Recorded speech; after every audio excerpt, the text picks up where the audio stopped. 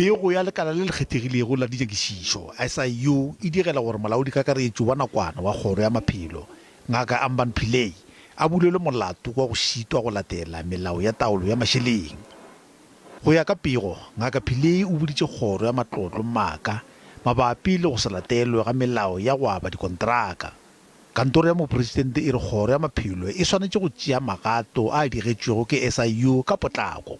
It is up to those institutions now to institute and to take the action recommended by the SIU, obviously with due process being respected.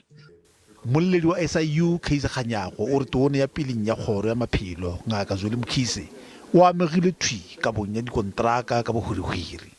We have made it very clear in the report that he was directly involved in these processes, and we have shown the evidence that is attached to that. Therefore, it was very clear that for him to have said at some point that he was not involved in this, it cannot be true. O tlaleleditše ka gore ba šetše ba thomile ka dikgato tša go buša tšhelete yeo e feleleditšego e le ka sekhwameng sa moledidišane mmogo wa Ngaka Mkhize, Tahira Metha le morwagwe Tetane. Bahlankedi ba bangwe ba kgoro ya maphelo le bona ba ya go tšeelwa dikgato ka lebaka la kamego ya bona ka bong ya kontraka yeo.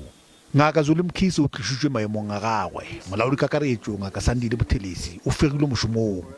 Bjale molaodikakaretšo wa nakwana Ngaka Amban Pillay le yena a ka sekišwa go ya ka ditirelo tša pego ya SIU.